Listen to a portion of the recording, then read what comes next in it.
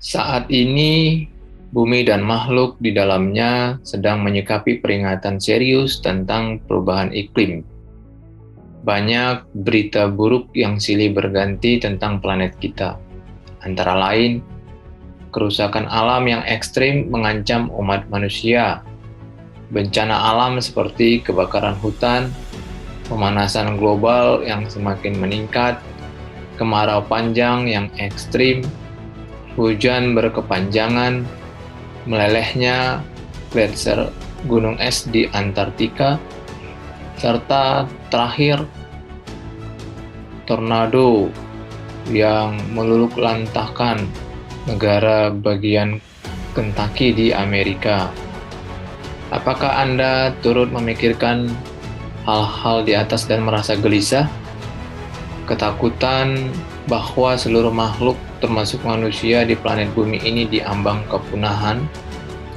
Berikut ini adalah salah satu solusi sederhana cara menyembuhkan planet kita, menjauhkan spesies kita atau manusia dari daftar kepunahan. Solusi yang ditawarkan ada tepat di bawah kaki kita, yaitu tanah, daratan yang terbentang luas. Ya, tanah memiliki kemampuannya untuk menyerap gas rumah kaca dalam jumlah besar. Sebagian besar dari solusi untuk menyeimbangkan iklim, menambah persediaan air bersih, dan menjadi sumber pangan dunia. Perlu diketahui bahwa tanah subur menghasilkan tumbuhan sehat. Dengan tumbuhan sehat, maka hewan menjadi sehat, manusia sehat, air sehat, dan iklim juga sehat. Karenanya, kita perlu mempelajari cara kerja tanah dan cara bertani menurut alam.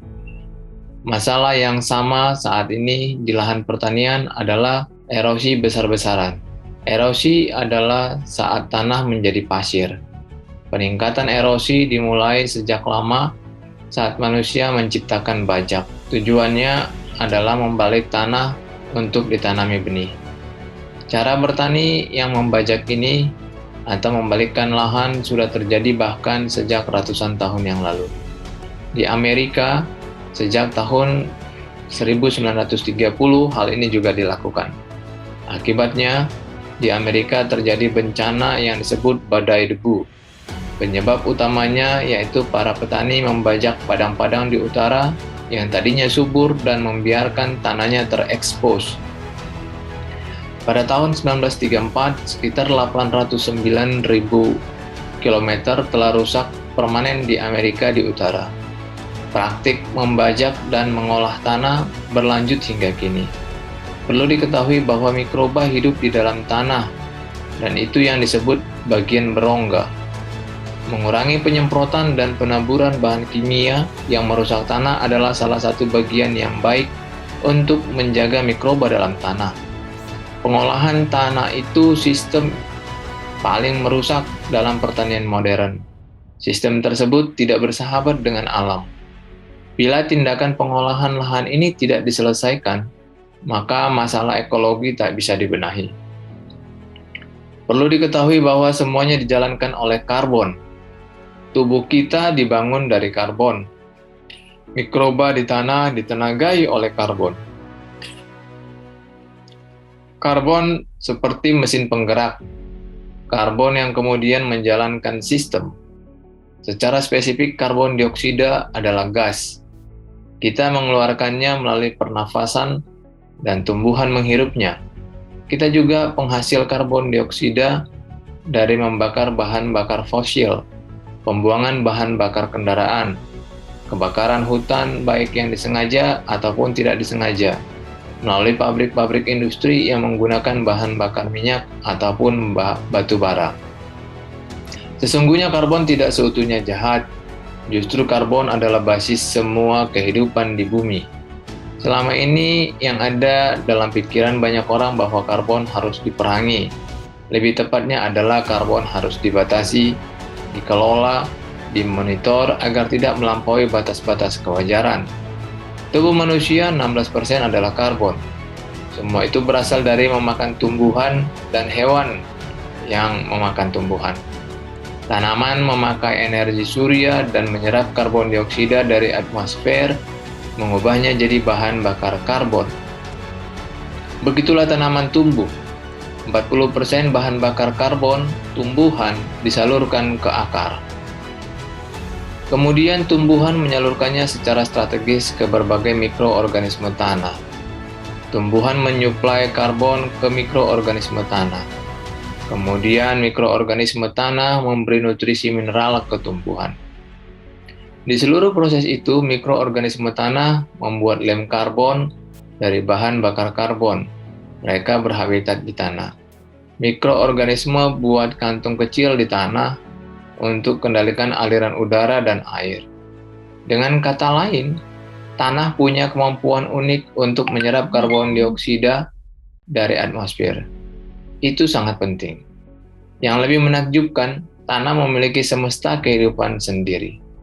Menurut Maria Rodale, pimpinan dari CEO Rodale Institute, tanah itu hidup. Persatu genggam tanah yang sehat, organismenya lebih banyak dibanding penduduk dunia selama ini. Organisme itu mengolah bahan organik yang ada di tanah dan mengubah nutrisi menjadi zat yang dibutuhkan tumbuhan. Zat-zat yang ada di tanah dan ditransfer ke tumbuhan, itulah yang kita makan dan membuat kita sehat. Tentu, kualitas tanah amat menentukan, karena hal ini adalah awal penentuan kualitas makanan. Makanan berkualitas memberikan kesehatan prima. Semuanya berasal dari bumi dan sangat dipengaruhi oleh kualitas tanah. Kesehatan kita dan kesehatan planet kita sangat berkaitan. Kesehatan manusia dan kesehatan tanah sangat erat kaitannya. Karenanya, merawat mikroba di tanah sangat penting bagi kesehatan manusia. Aktivitas petani menyemprot tanah dengan zat kimia beracun mengakibatkan kerusakan tanah. Semua tanah yang diolah dengan teknik pertanian kimia konvensional mengakibatkan mikroorganisme mati dan menyisakan hanya sedikit. Menyemprot tanah dengan zat kimia beracun membunuh mikroba-mikroba yang kita butuhkan untuk hidup sehat. Aktivitas demikian juga turut membunuh mikroba-mikroba untuk menyerap karbon dari atmosfer. Makin sering diolah, makin lemah tanahnya. Ini mengakibatkan makin banyak petani yang terpaksa memakai semprotan kimia. Alasannya, mikroba-mikroba di tanah semakin sedikit atau punah. Petani beranggapan hasil panennya berkurang, sehingga dibutuhkan pupuk kimia yang lebih banyak. Semakin dipupuk kimia lebih sering, semakin punah mikroba-mikroba di tanah. Ini adalah lingkaran setan dari pertanian modern dan pertanian industri. Siklus ini tercipta akibat perang. Pertanian industri berasal dari ilmuwan Jerman bernama Fritz Haber. Haber menciptakan proses pembuatan pupuk nitrogen sintetik yang meningkatkan hasil pertanian. Terobosan ilmiahnya yang lain ialah menciptakan racun yang dikenal sebagai pestisida. Pestisida dipakainya sebagai senjata kimia pertama dalam sejarah. Lalu dia mengembangkan racun yang dipakai di kamar gas Holocaust. Saat perang usai, perusahaan kimia Amerika mengimpor racun Haber ke Amerika dan mengganti zat beracun itu sebagai pestisida untuk pertanian Amerika. Saat perang berakhir, semua energi yang digunakan untuk melawan musuh di peperangan dialihkan untuk melawan musuh di dalam pertanian. Tiba-tiba sejak saat itu pupuk kimia dan nitrogen tersedia dan para petani menggunakannya ke lahan pertanian. Dari penggunaan pupuk kimia dan nitrogen ini, mereka bisa panen bagus untuk sementara tanah atau lahannya tidak diurus. Hal inilah yang kemudian berkembang di seluruh industri pertanian, yaitu penggunaan pupuk kimia dan nitrogen sintetis, serta pestisida kimia. Teknik bertani yang mengandalkan pupuk kimia nitrogen sintetis dan juga pestisida kimia inilah yang mendorong memisahkan atau menjauhkan sistem peternakan dengan pertanian. Akhirnya, peternakan tidak lagi bersinggungan dengan pertanian, karena pemakaian bahan kimia yang menjadi andalan untuk pertanian. Hal ini terus berkembang hingga ke seluruh penjuru dunia. Akibatnya, saat ini Para petani membutuhkan nitrogen yang lebih banyak, membutuhkan NPK yang lebih banyak, membutuhkan penanganan hama yang lebih banyak. Angkanya terus meningkat hampir setiap tahun, dari tahun ke tahun, meskipun luasan lahannya tetap sama. Hal ini dapat kita perhatikan jika dibandingkan antara tahun 1960 dengan 2020. Pupuk kimia mengakibatkan masalah persoalan degradasi tanah.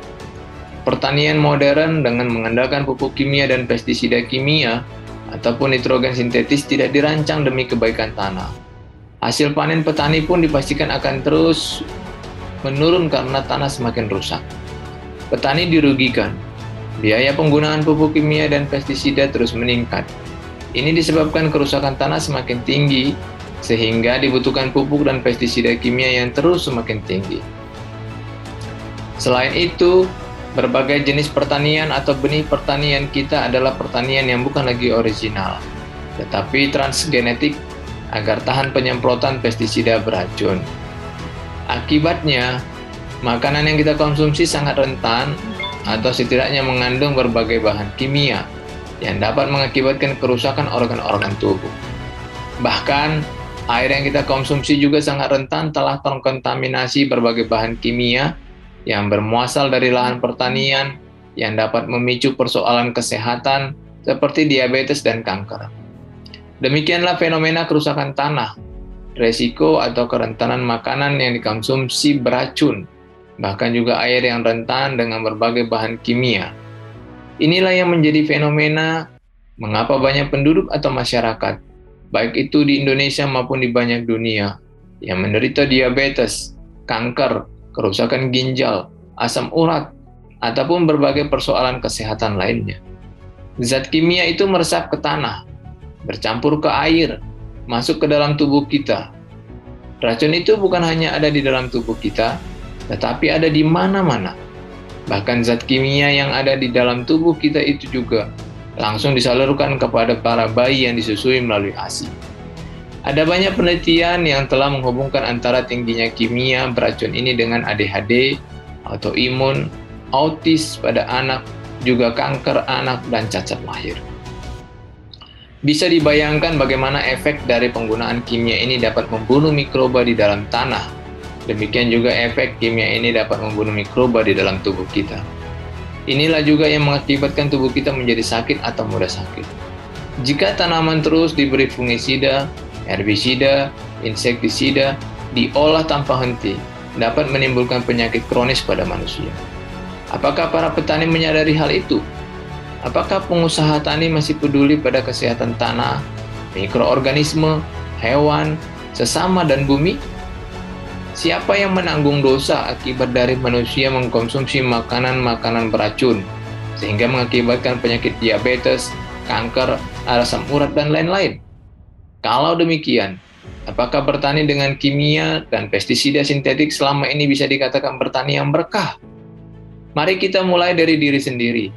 Kita bertani yang stop menggunakan kimia agar anggota keluarga, istri, suami, anak-anak, orang tua, kakak, dan adik tidak lagi konsumsi makanan yang mengandung racun.